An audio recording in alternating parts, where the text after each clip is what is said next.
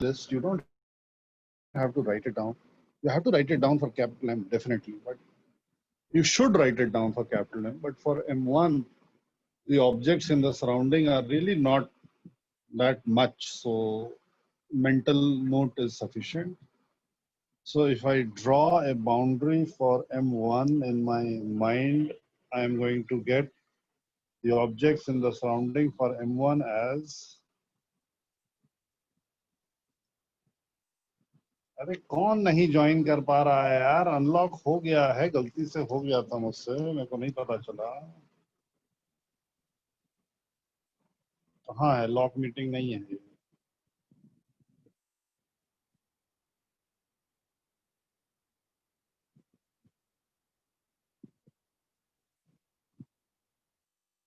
Disturb मत कर, अब ज्वाइन करने दे जिसको करना है। सो M1 के सराउंडिंग में क्या क्या ऑब्जेक्ट्स हैं? There is the earth, there is the surface and there is the string. So earth की वजह से जो फोर्स आएगी that will be vertically downwards and it will be equal to M1G। जो सरफेस की वजह से फोर्स आएगी that will be the normal reaction N1 let's say, क्योंकि और भी नॉर्मल रिएक्शन आने वाले हैं। और जो स्ट्रिंग की वजह से फोर्स आएगी वो आएगी टेंशन T, राइट?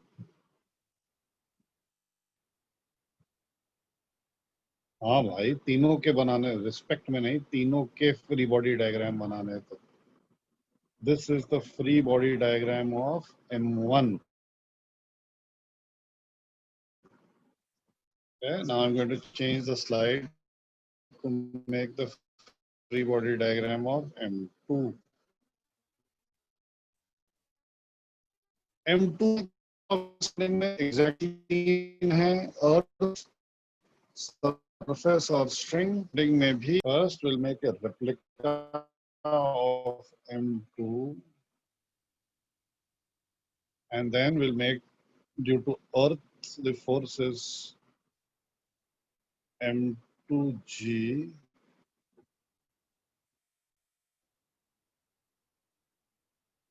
और यहाँ पे आएगा नॉर्मल रिएक्शन M, यहाँ पे आएगा tension T. Let me call this M2. Right?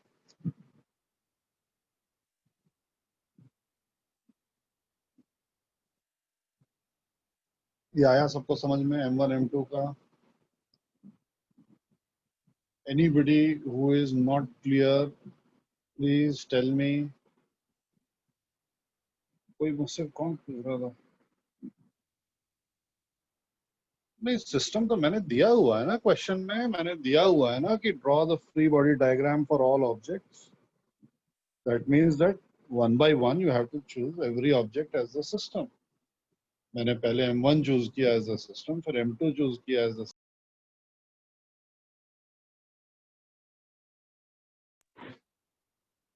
पहले M1 चूज किया, उसका FBD बनाया, फिर M2 चूज किया, उसका FBD बनाया, और अब मैं कैपिटल M चूज करूंगा, उसका FBD बनाऊंगा।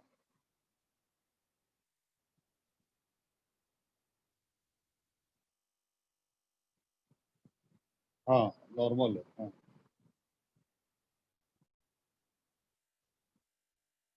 अरे भाई, सिग्निफिकेंस मैंने बोला है ना, सबसे ज्यादा सिग्निफिकेंट चीज यही है, तो उसमें सिग्निफिकेंस क्या जानना है?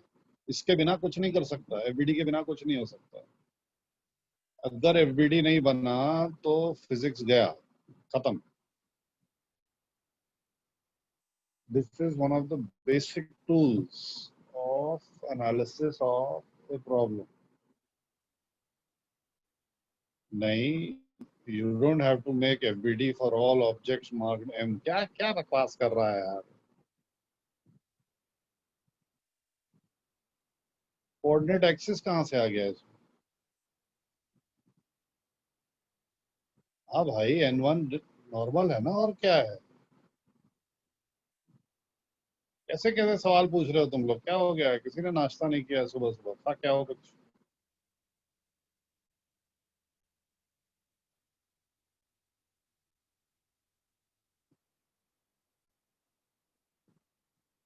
कंपोनेंट्स अभी बाद में निकालेंगे। अभी अभी कंपोनेंट्स नहीं निकालना है।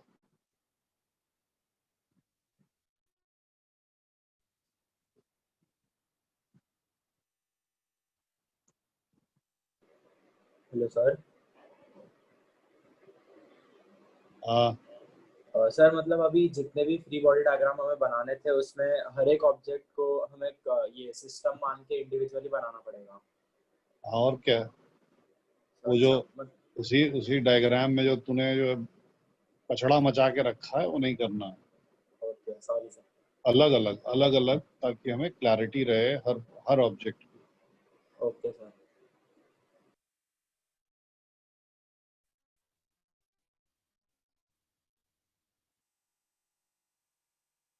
हाँ, ओरिएंटेशन सेम रखना चाहिए। ओरिएंटेशन और it is ultimately they are all point particles, so orientation really does not matter, but just for the sake of just for the sake of symmetry मैंने orientation सेम रखा है। You can choose not।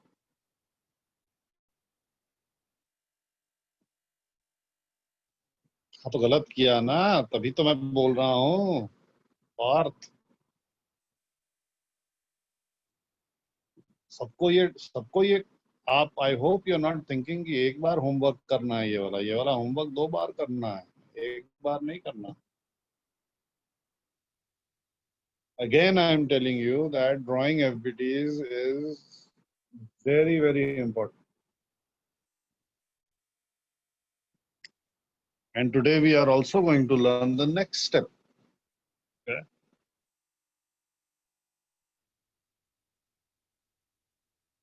हाँ भाई, capital M क्या है? Capital M के लिए कितने एरोज बनेंगे? कैपिटल एम के सराउंडिंग में कितने ऑब्जेक्ट्स हैं?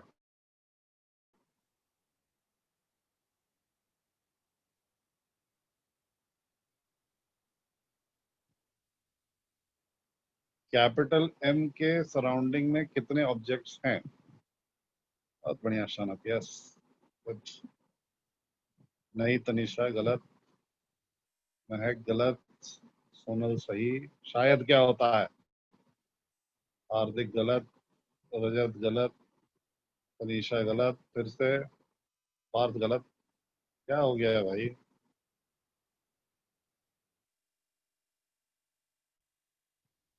हाँ जोएब अब सही है।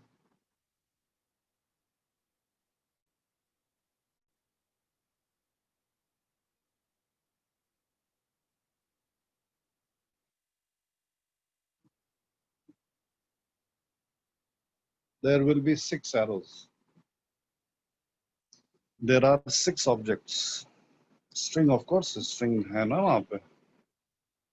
जब मैं इसका जब मैं इसकी बाउंड्री बनाऊंगा तो ये बाउंड्री जो बनेगी वो ऐसे बनेगी, such that the pulley will be included in the boundary.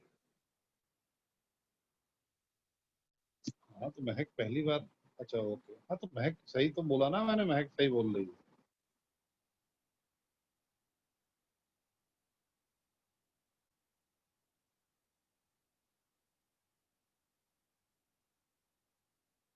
So let's see what are the objects in the surrounding.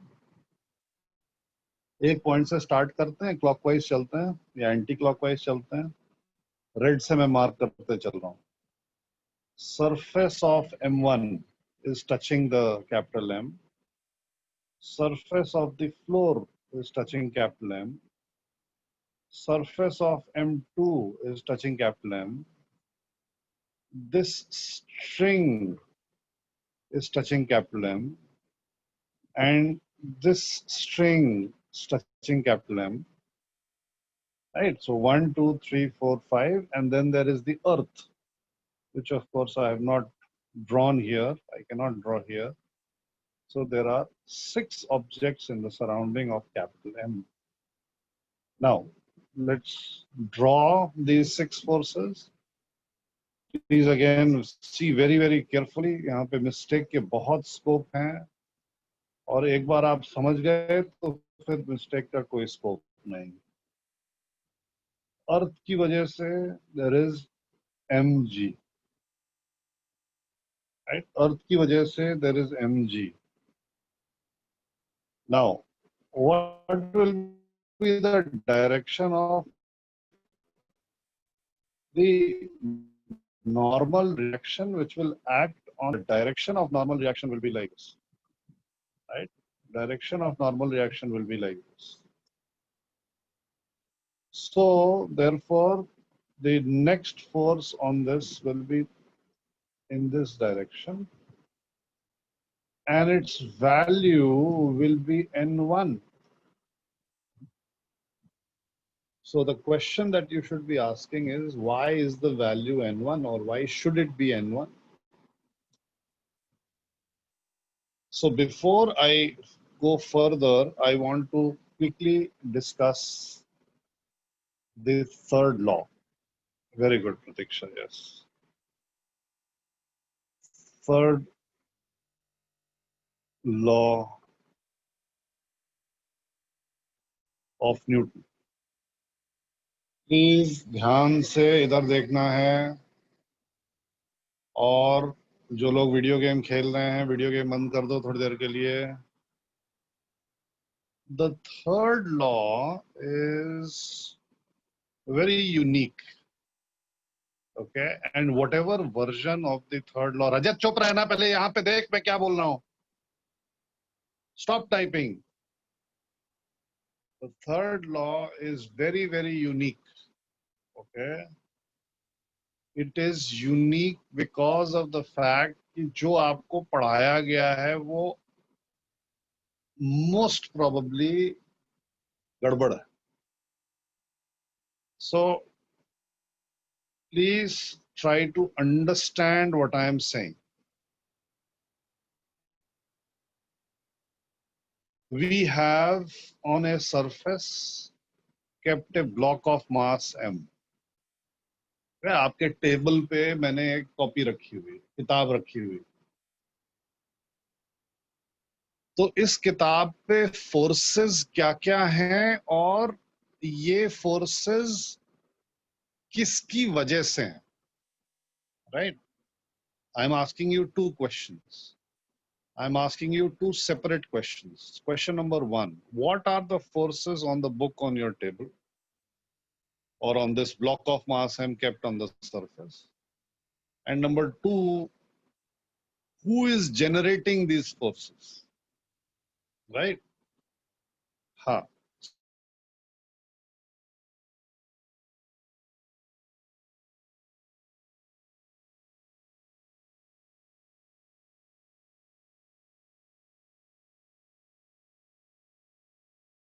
Mg is generated by the earth and N is generated by the surface. So if I draw the FBD of this block, keep it here. Let me keep it here. So if I draw the FBD of the block, I will get mg acting downwards, and I will get an n acting upwards. Everybody is agreeing with this? Everybody is agreeing with this? If I ask you two questions, question number 1, what are the forces on this block? And number 2, these forces are being generated by what? Then the answer is that for this block, the earth is generating a force of mg, which is vertically downwards, and the surface is generating a force of n, normal reaction, which is vertically upwards. ये सबको समझ में आया जो मैंने बोला है? ये सबको समझ में आया जो मैंने बोला है?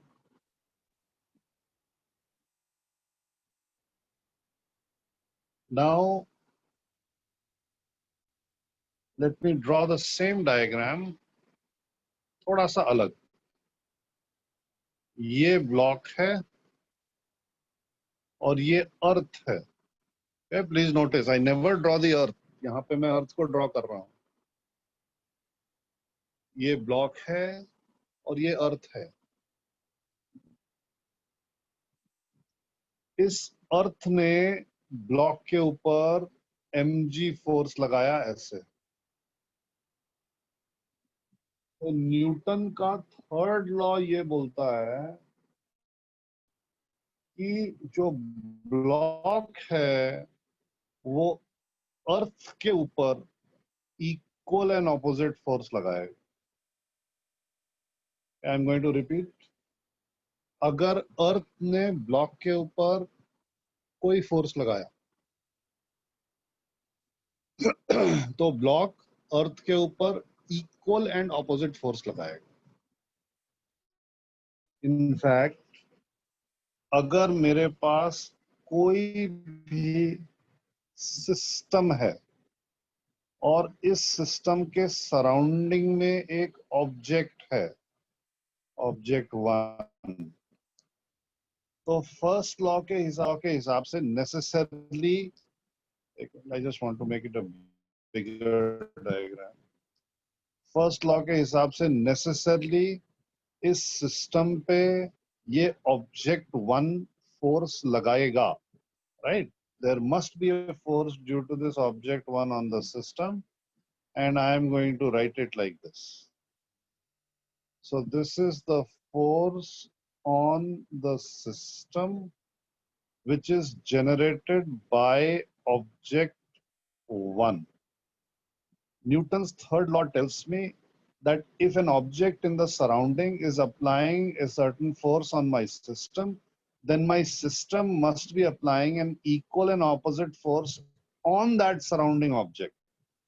So this means that there must be a force on the surrounding object which must be equal in magnitude and opposite in direction. So F on object 1 by the system, right? तो ये जो action reaction pair होते हैं, these two forces are called action reaction pairs. So ये action reaction pairs होते हैं. First thing to notice is that they always act on two different objects. Okay? अगर earth ने ब्लॉक के ऊपर mg लगाया तो ब्लॉक अर्थ के ऊपर mg लगाएगा. एक्शन रिएक्शन पेयर जो होते हैं वो दो डिफरेंट ऑब्जेक्ट्स पे एक्ट करते हैं, right? But the block not only had the earth in its surrounding, it also had the surface in its surrounding. So the force applied by the surface on the block was normal reaction.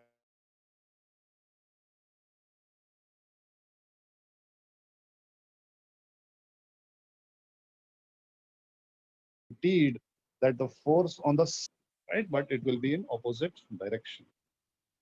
मैं इस statement को फिर से बता रहा हूं. आप अगर एक ऑब्जेक्ट ए ने आपके सिस्टम पे कोई फोर्स लगाया, अगर एक ऑब्जेक्ट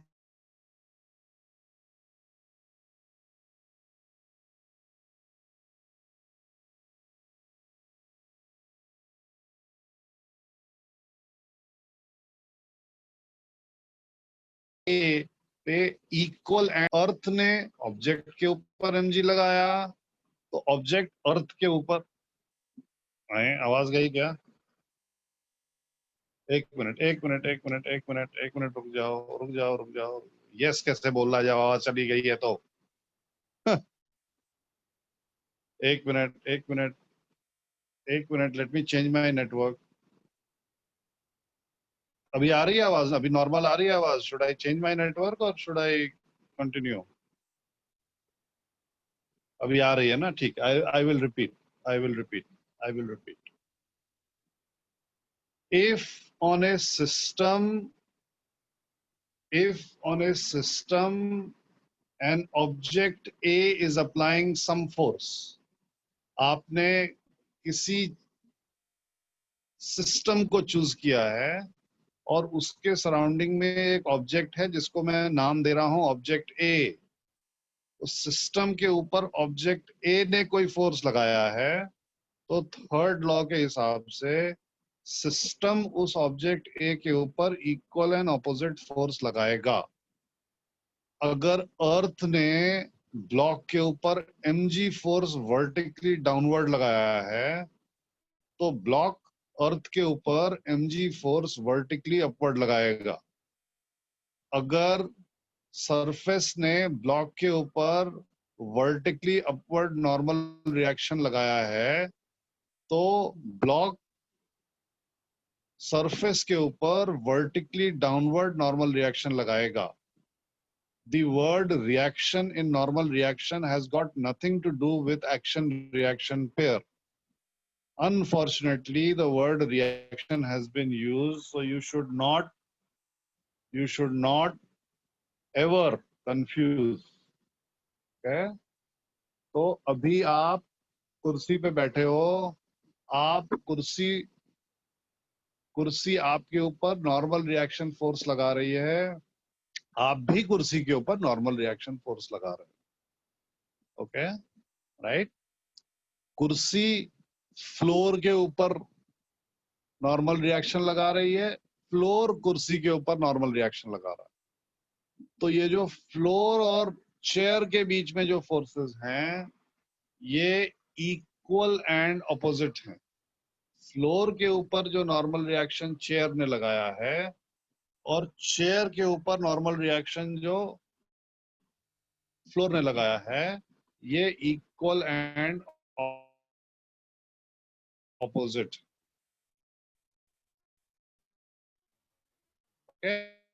आप फोर्सेस ऐड करोगे तो फोर्सेस हमेशा एक ऑब्जेक्ट के ऊपर ऐड होता है। So for example, if you have taken yourself as the system, अच्छा रुको, मैं नेटवर्क चेंज कर रहा हूँ,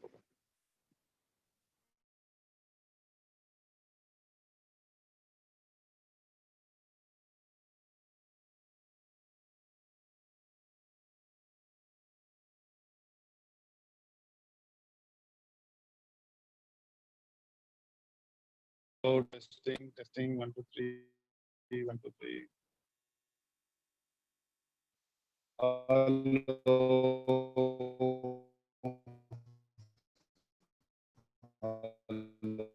Hello.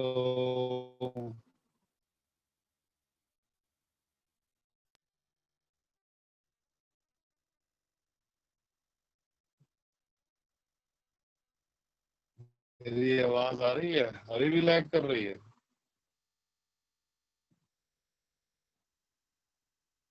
अच्छा, एक मिनट, इसके बाद मेरे पास नेटवर्क नहीं बचेगा।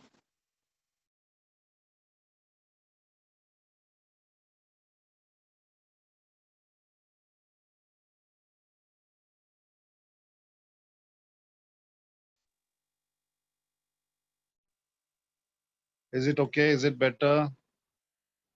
Still lagging?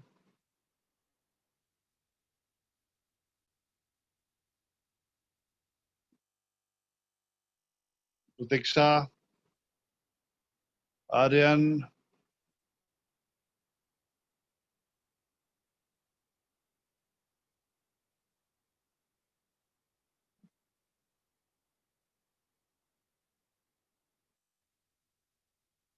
बताओ भाई, प्रतीक्षा बताओ, आर्यन सही है? नहीं सही है तो एक बार लॉग आउट करके लॉग इन करो, क्योंकि बाकी लोग के लिए सही आ रही है आवाज अभी।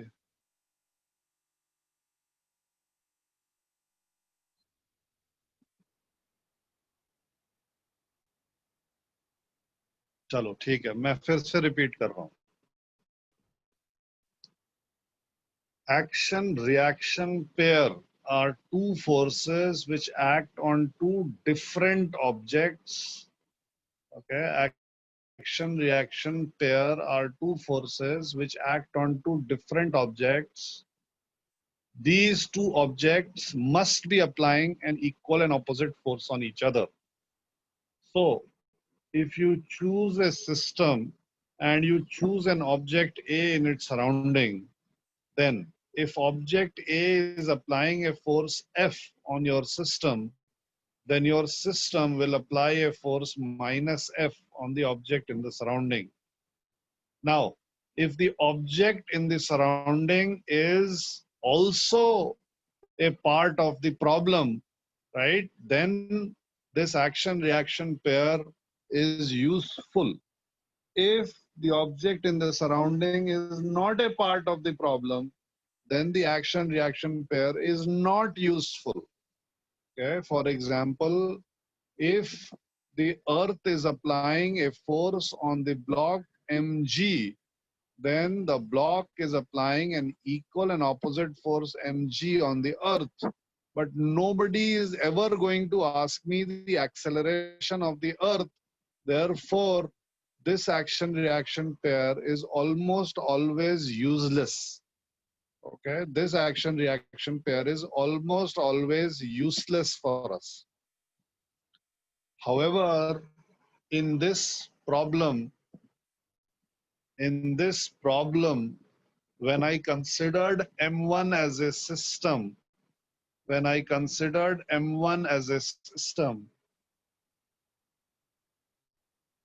क्या बोल रहा है, किसको एक्शन रिएक्शन पेयर बोलना है तेरे को? मेरी पूरी बात सुन लो, उसके बाद से फिर डिस्कशन करते हैं. I will answer all your queries. When I consider M1 as the system, right? When I consider surface of M is an object in the surrounding. Okay, then the surface of M is an object in the surrounding. The surface of M is an object in the surrounding. So because the surface of M is an object in the surrounding of my system, a normal reaction N1 was applied by the surrounding on my system. A normal reaction N1 किसने किसके ऊपर apply किया? ये normal reaction N1 किसने किसके ऊपर apply किया? So, ये normal reaction N1 was applied by capital M on M1, right? Therefore, M1 is going to apply an equal and opposite force N1 on capital M. This is what is important. अगर M ने M1 के ऊपर normal reaction N1 लगाया, तो M1 भी M के ऊपर normal reaction N1 लगाएगा. ये दोनों फोर्सेस का मैग्नीट्यूड सेम रहेगा, लेकिन ये दोनों फोर्सेस की डायरेक्शन ऑपोजिट रहेगी. तो अगर M1 के फ्री बॉडी डायग्राम में मैंने ये फोर्स बनाई है, तो जब मैं कैपिटल M का फ्री बॉडी डायग्राम बनाऊंगा, तो third law is guaranteeing that I will get this force. चलो अब मुझसे क्वेश्चन पूछो.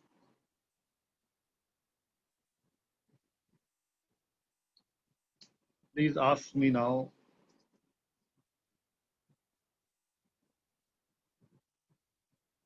यार तरुण, अब इस क्वेश्चन का मतलब नहीं समझ में आया ना मेरे को. If earth becomes a surface, इसका क्या मतलब हुआ? You mean that you have kept a block on the surface of the earth? If you do mean that, then the surface is counted as a separate entity and the earth is counted as a separate entity. Okay. The earth will be counted as a separate entity and the surface will be counted as a separate entity. हाँ, बिल्कुल सही बात. अगर किसी object को हमने system choose किया, तो वो सिस्टम के ऊपर जो फोर्सेस लग रही हैं, हम केवल उसको कंसिडर करेंगे. वो सिस्टम जो फोर्सेस लगा रहा है, वो हमसे मतलब नहीं है. Okay, we will always talk about the forces acting on the system. The forces being generated by the system are not our concern. Once the choice of system has been made, for example, here I have made the choice of the system as M2. So I am only calculating the forces that are acting on M2 due to external objects. The force that is being applied by M2 on the external objects are of no concern to me. Okay, they are not going to play a part in the free body diagram of M2. हाँ, और पूछो भाई, और doubts पूछो.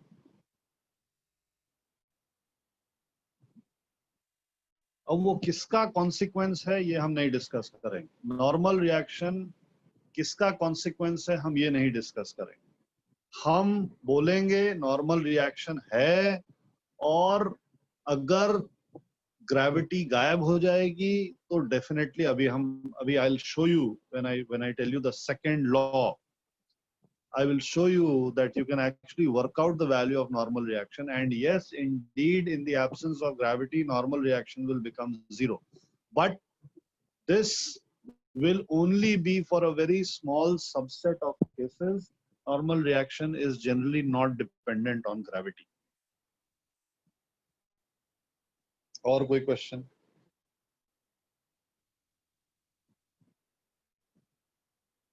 Any other doubt? Any other question? अरे Vishwajeet, friction हम अभी पढ़ ही नहीं रहे हैं यार. Why are you asking me about friction? अभी please don't worry about friction. We will talk about friction later. हाँ, एंगल्स का यूज अभी मैं बता रहा हूँ एंगल्स का. ये थर्ड लॉ समझ में आया कि नहीं? मैं थर्ड लॉ की बात कर रहा हूँ.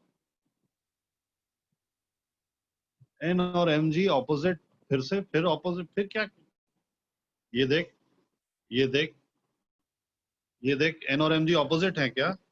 दिखाई दे रहा है तेरे को एन और एम जी ऑपोजिट है? यहाँ पे एन और एम जी ऑपोजिट दिखाई दे रहे हैं क्या?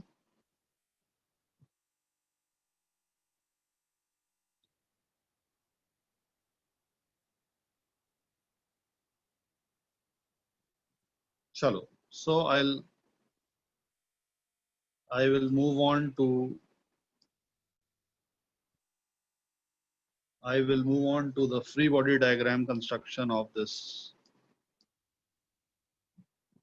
तो सरफेस ऑफ M1 की वजह से N1 फोर्स आ गया, उसके बाद से फ्लोर की वजह से N3 फोर्स आ जाएगा, उसके बाद से सरफेस ऑफ M2. अब कैपिटल M ने M2 के ऊपर नॉर्मल रिएक्शन लगाया था. ये थर्ड लॉ के हिसाब से M2 इंक्लाइंड प्लेन के ऊपर M के ऊपर इक्वल एंड ऑपोजिट फोर्स लगाएगा. ये रहा N2. Right, so in this question, if you want to discuss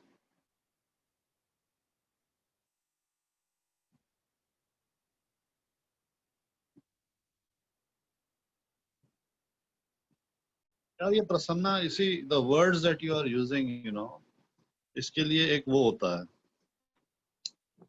क्या बोलते हैं इसके लिए? एक टर्म होता है. टर्म मालूम है तेरे को प्रसन्ना? मैं बताता हूँ. इसको बोलते हैं,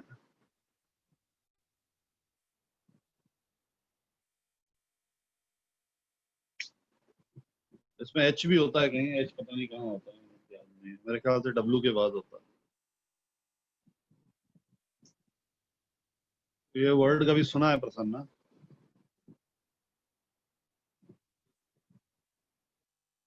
नहीं सुना है ना? हाँ. साइंस फिक्शन कभी देखा है तुमने? साइंस फिक्शन देखा है? साइंस फिक्शन सीरीज कोई देखी है? पिक्चर गार वॉर्बल, साइंस फिक्शन कभी देखा है Prasanna? I hope everybody has seen science fiction something like, I don't know, Star Trek, Star Wars. हाँ देखा है, प्रसन्ना ने नहीं देखा है।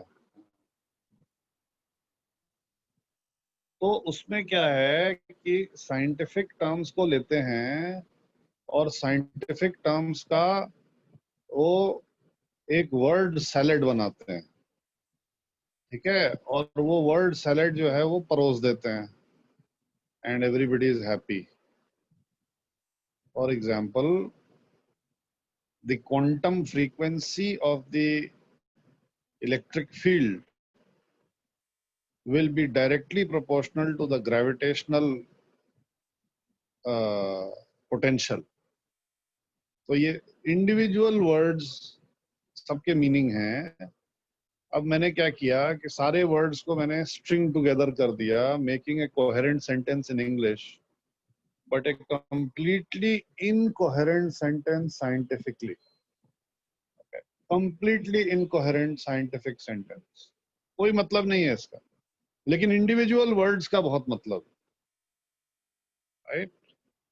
तो ऐसे आपको बेवकूफ बनाया जाता है। Tool for making gullible people believe, or making gullible people believe that the person speaking has a lot of knowledge या तो एक वार्निंग है आपके लिए या एक caution है आपके लिए that whenever you use scientific terms, you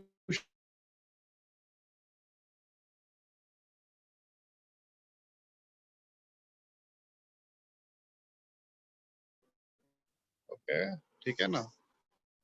तो अगर आपके then very difficult for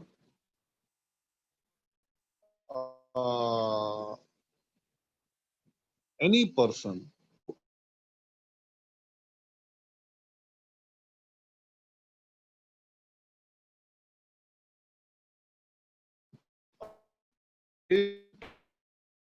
talk about normal for, ठीक है, नॉर्मल फॉर mg रिएक्शन एक अलग चीज है, mg एक अलग चीज,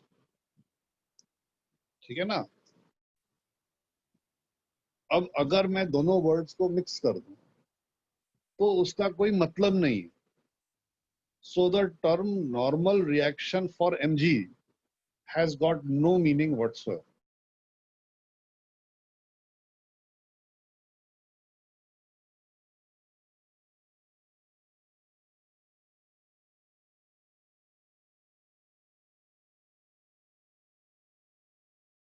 Earth on an object, normal reaction, normal made by a surface between the atoms of two surfaces which are in close contact with each other. ये नॉर्मल रिएक्शन है, ये नॉर्मल रिएक्शन है। यार ये आवाज की बड़ी प्रॉब्लम है यार, एक मिनट रुको, क्या करूं? Just,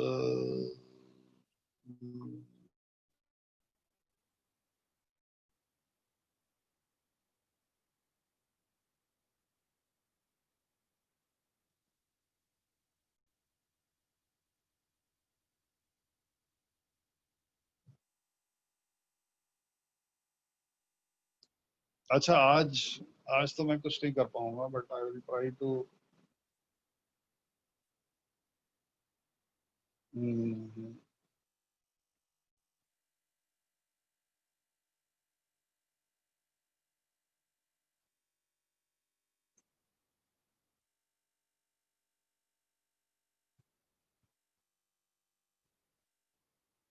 ले हार्दिक, तू कभी बोल रहा है कि आवाज गायब हो जा रही, फिर बोल रहा है ठीक आ रही है आवाज।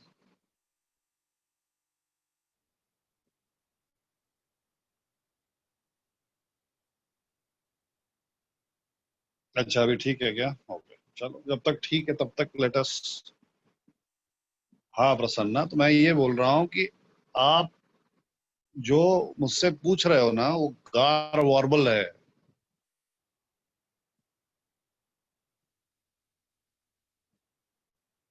आप जो मुझसे पूछ रहे हो Prasanna, what you are asking me, I cannot understand because you are mixing the terms together. There is no such thing as normal reaction of Mg. What do you mean by normal reaction of Mg?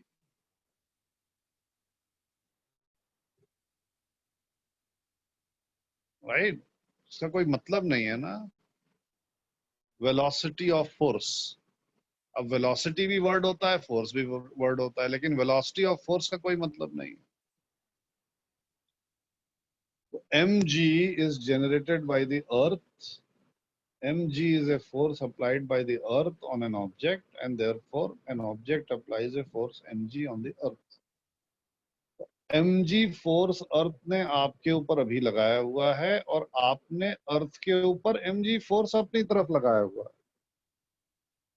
अगर आप किसी चीज को खिड़की से बाहर फेंक दोगे, highly unadvised, highly not advised, if you throw something out of the window right now, then as it falls down, the earth is pulling that object towards itself with a certain force, but that object is also pulling the earth towards itself with that equal force, right? But the earth happens to be so massive that this force hardly makes a difference on the position of the earth. But rest assured, अगर 1 kilo का object नीचे गिर रहा है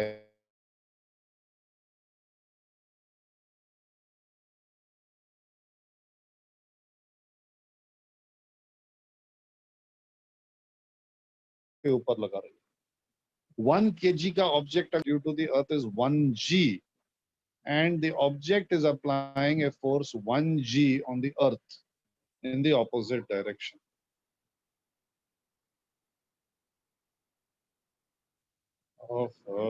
मेरा network शायद फिर कुछ गड़बड़ है. मेरा नेटवर्क ही गड़बड़ है मुझे लग रहा है.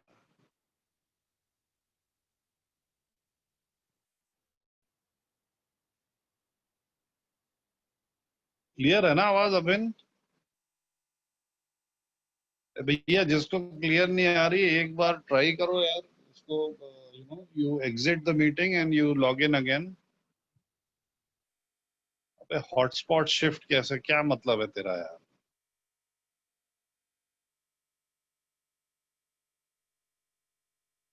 अब मैं आज वो लेके आता हूँ वाईफाई को बूस्ट करने वाला. हाँ हाँ, वाईफाई बूस्ट करने वाला मैं मंगवाता हूँ आज.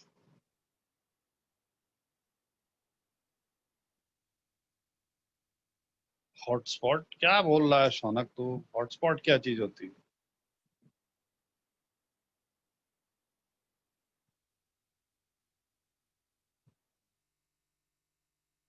चलो आगे बढ़ रहे हैं. नेक्स्ट, यहाँ पे टेंशन भी है, right? And the key thing to understand, the key thing to understand here is that when you draw the tension must be along the string, right? Tension must be along the string, but the normal reaction N1 is perpendicular to the surface. Okay, N1 is perpendicular to the surface, but the tension is parallel to this surface. Therefore, when I will draw the tension arrows on this free body diagram, the tension arrows are not going to coincide with the normal reactions, right? So the tension is going to be like this. शायद उल्टा बना दिया. Tension is going to be like this, and tension is going to be like this. This is the free body diagram of the triangular wedge. This is the free body diagram of the triangular wedge. Okay.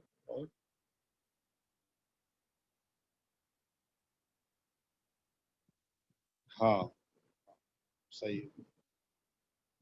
ये जो tension है, हाँ मैं बता रहा हूँ coincide नहीं करेगा, कोइंसाइड नहीं करेगा।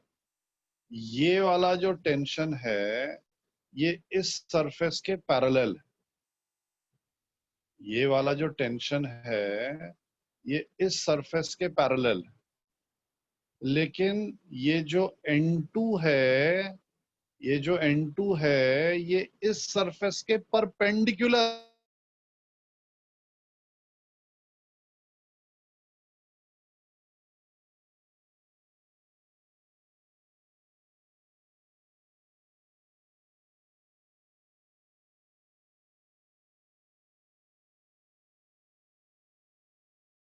सरफेस का perpendicular direction of normal reaction and tension are different there. अरे यार मैं तो वॉइस से परेशान, अभी आ रहा है। Hello. The tension is parallel to the green surface, whereas the normal reaction N2 is perpendicular to the yellow surface.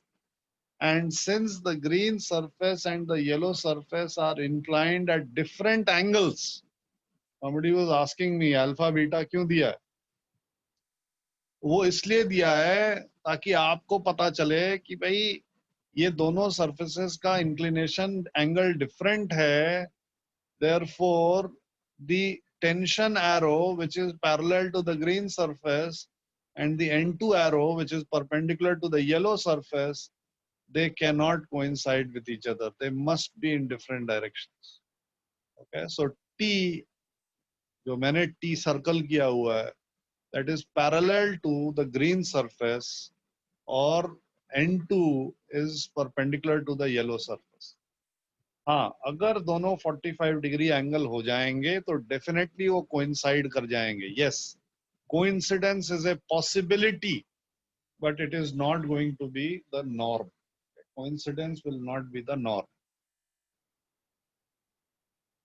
Y tension? क्या वाई टेंशन?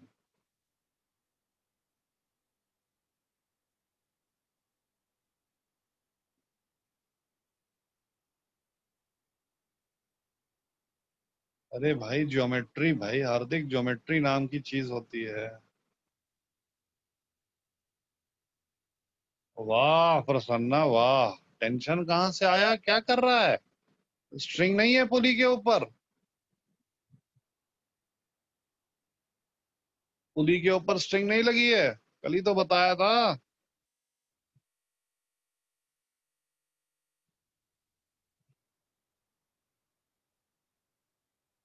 ओके, तो एंगल इज सेम. खुशी मैं नहीं बोल रहा हूँ, मैं बोल रहा हूँ कि ज्योमेट्री के हिसाब से अगर ऐसा सिचुएशन कभी भी आया किसी भी ट्रायंगल के लिए, that parallel to one surface is perpendicular to the other surface, अगर एंगल सेम पे आ रहा है तो आएगा. हाँ, कोई दिक्कत नहीं. अगर एंगल सेम पे ये सिचुएशन आ रही है तो आएगा. आई डोंट नो, मेरे को नहीं मालूम. हाँ ठीक है भाई हार्दिक, हाँ ठीक. चलो okay. So I want to now I want to now go a step further and I want to talk about the second. I want to talk about the second law, and the second law is again very very important. मैं homework सबका एक बार check करके मैं correction करके भेज दूंगा, don't worry. Second law में one part, कौन सा वन पार्ट? सबको डाउट है भैया इसमें तो. एक मिनट रुको, लेट मी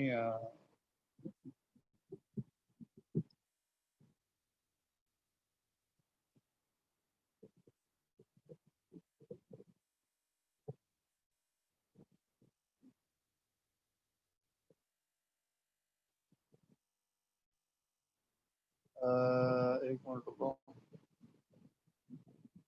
हाँ,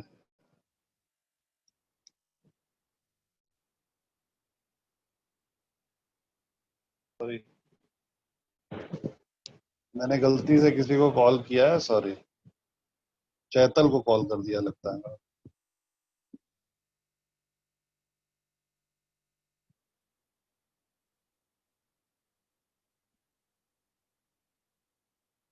मीडिया, हाँ।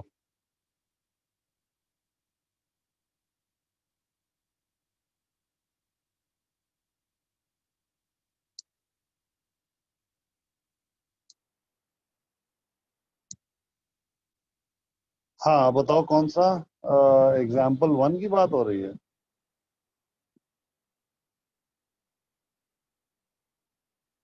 कौन सा क्वेश्चन नहीं हो रहा?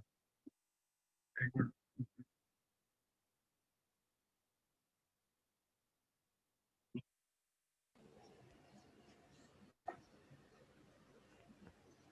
बोलो कुछ तो। Hello sir.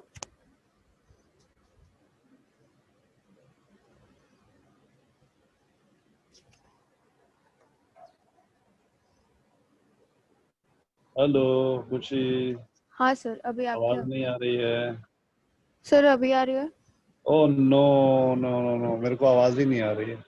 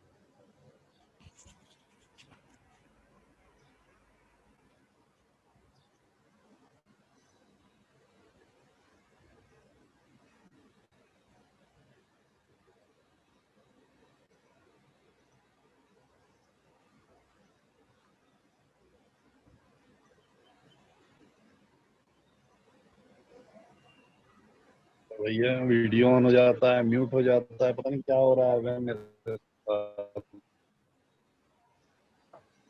ये जो स्ट्रिंग है खुशी, ये string is parallel to this surface, therefore the tension is parallel to the surface.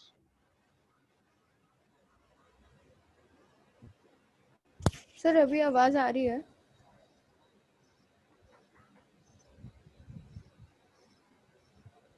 ऐसा नहीं है, मैं बहुत टाइम से म्यूट था बे। गलती से दब गया होगा जब मैं वो उसका चैट देख रहा था खुशी का।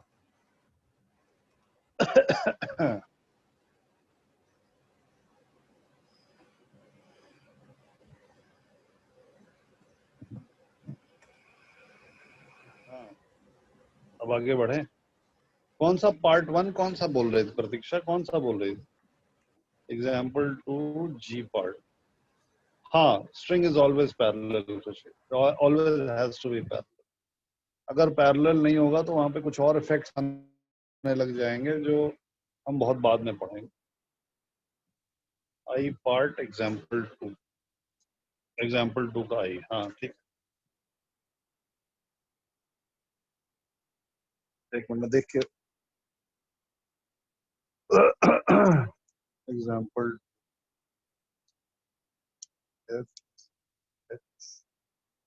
ओहो, अच्छा ये वाला, हाँ ये वाला मैं वैसे भी करने ही वाला हूँ। एक बार देख लूं M1 किधर है, M2 किधर है।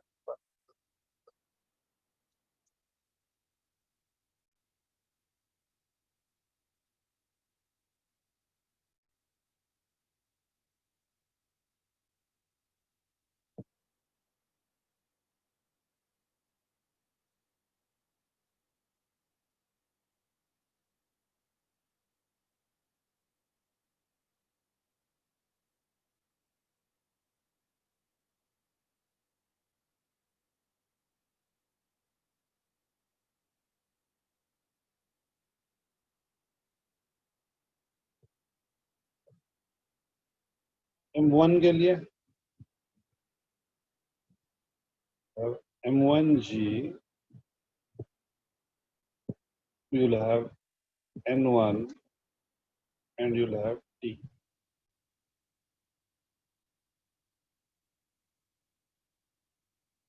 Please see carefully now. M2 के लिए there will be due to the earth M2G, there will be due to the string tension T, there will be due to this surface of M3 N1, and this surface of M3 will produce N2.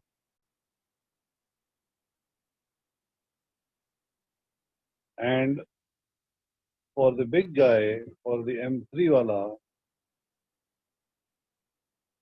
you will have M3G due to the earth. Then due to the surface of M2, you will have N2 and N1. Please notice that these two guys are action-reaction pairs. This guy and this guy, action-reaction pair. And since the pulley is a part of the system, therefore you are going to get a T here like this and a T here. And due to the surface of the floor, there will be some N3. ये इसका free body diagram.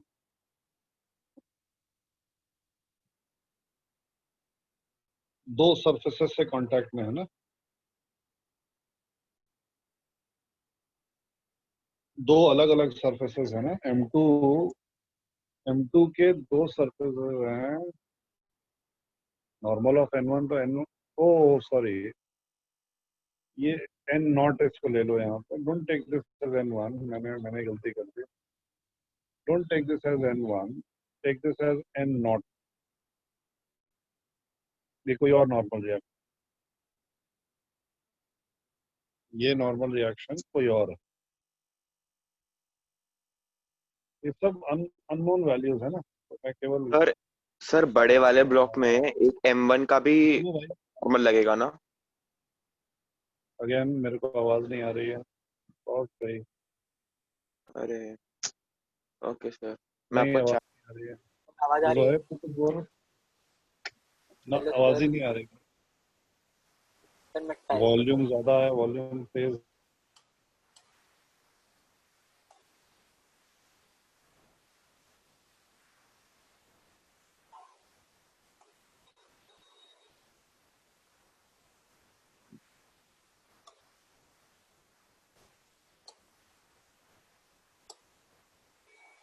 ना मेरे को आवाज नहीं आ रही,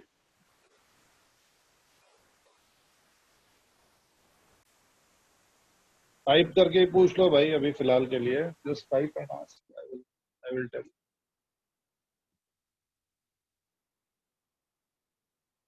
हाँ, MP is in contact with M1, तो इसीलिए तो हाँ, ओ हो very nice, yes yes yes yes yes yes yes yes, absolutely right, yes yes, not आएगा, डाउनवर्ड डायरेक्शन में एंड नॉट आएगा, डेफिनेटली, गुड।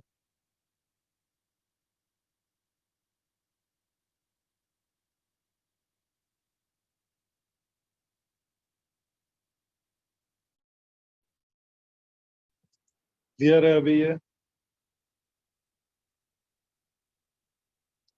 हाँ, तो इसीलिए मैंने क्वेश्चन दिया है ना तब, that I wanted to show that this is also a possibility that the same object may have two surfaces in contact with a single surface.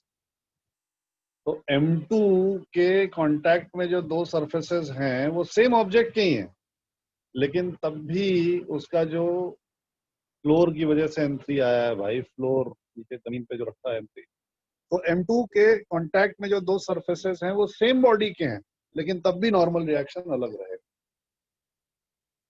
M2 के कांटेक्ट में जो दो सरफेसेस हैं वो सेम बॉडी के हैं, M3 के ही हैं, लेकिन तब भी नॉर्मल रिएक्शन डिफरेंट आएगा.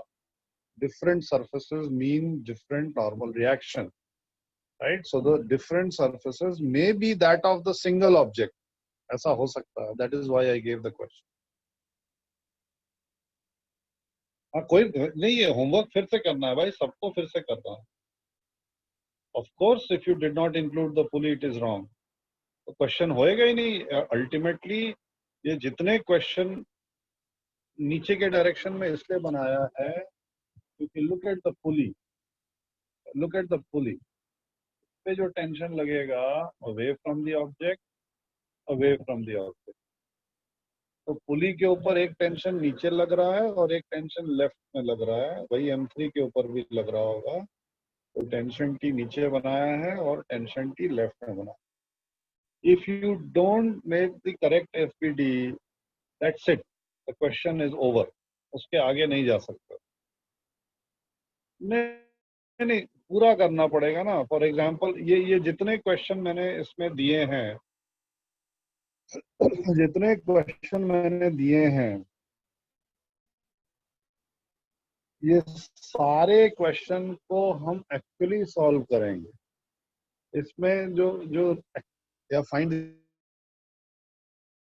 The acceleration of and when we solve that, when we do that question, if we are unable to draw the correct FBD for the three objects,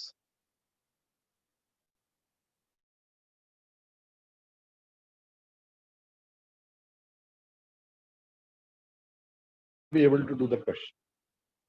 So no problem.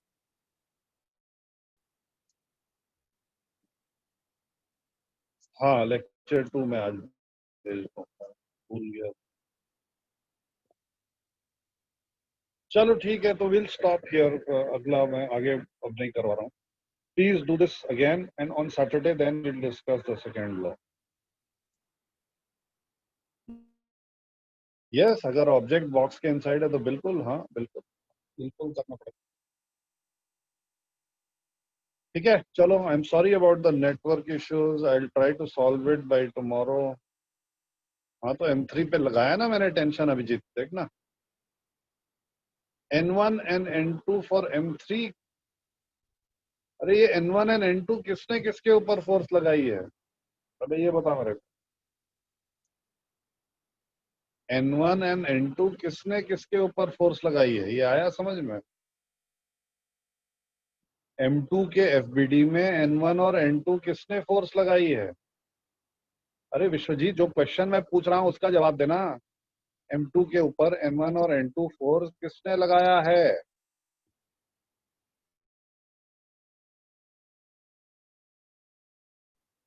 M3 ने लगाया है ना. तो M2 M3 के ऊपर equal and opposite force लगाएगा. M2 M3 के ऊपर इक्वल एंड ऑपोजिट फोर्स लगाएगा. M2 M3 के ऊपर इक्वल एंड ऑपोजिट फोर्स लगाएगा. अगर M3 ने M2 के ऊपर राइट हैंड साइड में N2 लगाया तो M2 M3 के ऊपर लेफ्ट हैंड साइड में N2 लगाएगा. अभी आया समझ में? हाँ, और क्या क्वेश्चन पूछा? M3 के FBD में स्मिथ, मैं बता.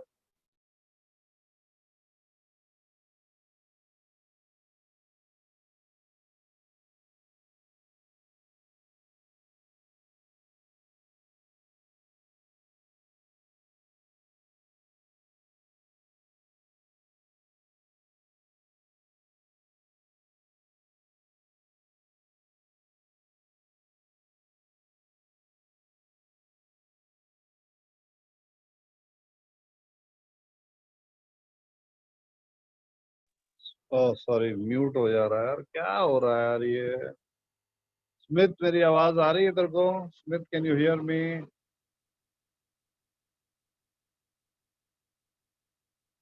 हेलो. M2G और M3G ये फोर्सेस किसने लगाई हैं Smith? Who is responsible? Who is generating these forces? What is generating these forces?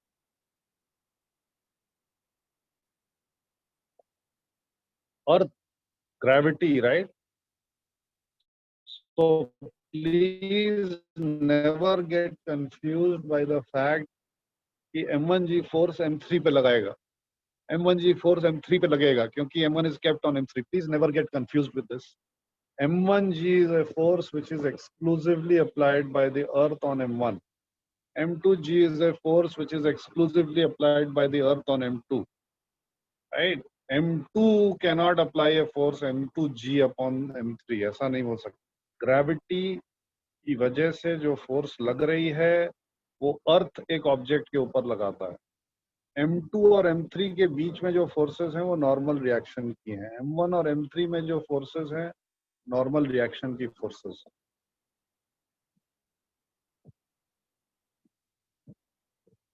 नहीं भाई, और कोई टेंशन फोर्स नहीं हुई.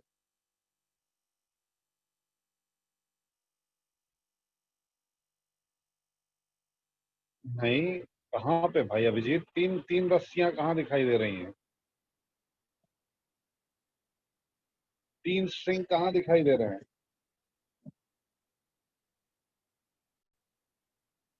पुली के ऊपर तीन स्ट्रिंग है.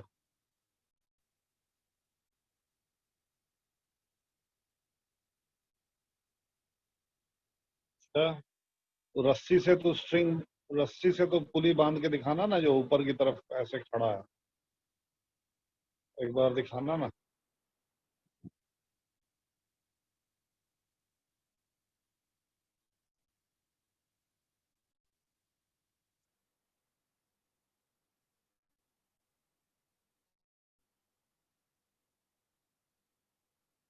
कहाँ गया डी भैया?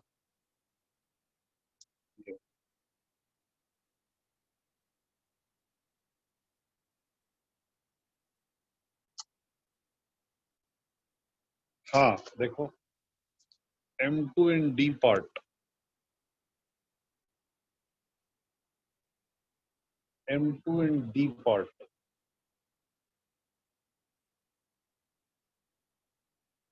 अर्थ की वजह से M2G, स्ट्रिंग की वजह से टेंशन, और जो मैन इनसाइड है उसकी वजह से नॉर्मल.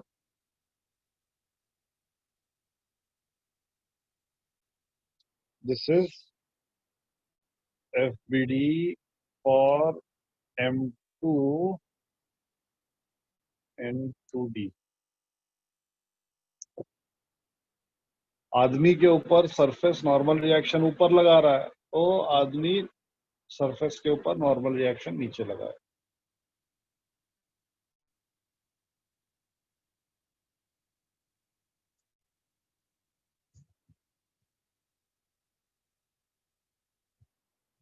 अरे क्वेश्चन देखना जोहैब, उसमें पहले अपना उसमें दिमाग मत लगा. क्वेश्चन देख.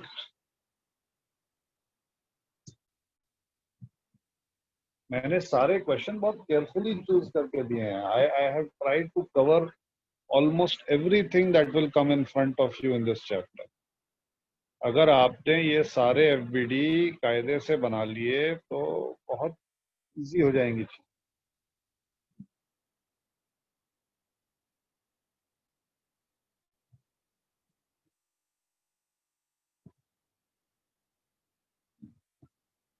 M2 के लिए क्या चीज भाई?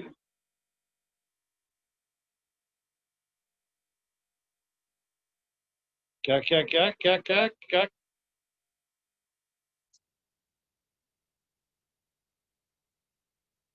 क्या हो गया है भाई? बहुत ही सिंपल सी चीजें हैं ये, इसमें कोई कॉम्प्लिकेशन नहीं. let me just draw the diagram for you.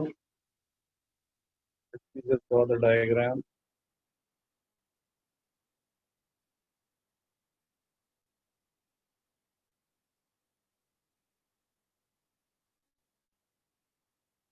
अब देखो,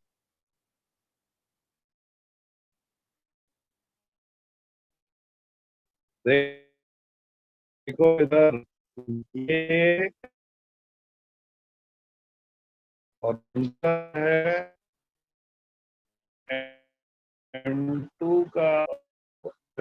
से बनेगा M1 के ऊपर M1 के ऊपर, M1 के सराउंडिंग में क्या है?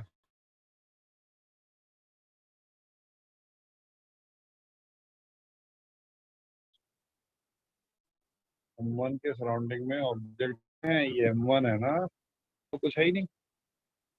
अब ये क्वेश्चन क्यों चूज किया था? ये क्वेश्चन इसलिए चूज किया था कि जो normal reaction on the surface लगता है, ऑन ए हॉरिजॉन्टल सरफेस लगता है, वो भी एक्शन रिएक्शन पेयर में कभी काम में आ सकता है। इस आदमी के ऊपर mg फोर्स नीचे लगी, m1g फोर्स नीचे लगी, और सरफेस में नॉर्मल रिएक्शन n ऊपर लगाया। तो जब मैं m2 के लिए FBD बनाऊंगा तो m2g नीचे लग रहा है, अर्थ में लगाया, यहाँ से आप देखो तो टेंशन T ऊपर लग रहा है, और यहाँ से देखो तो नॉर्मल रिएक्शन n नीचे लग रहा है, क्योंकि लिफ्ट के फ्लोर ने नॉर्मल रिएक्शन पर्सन के ऊपर लगाया, तो M2 के साथ M1 भी तो मास में आए। क्यों भाई? मेरे डायग्राम में वो देखो, बाउंड्रीज देखो ना, look at the boundaries in the diagram, the yellow boundary and the green boundary. The yellow boundary is that for the man and the green boundary is that for the lift.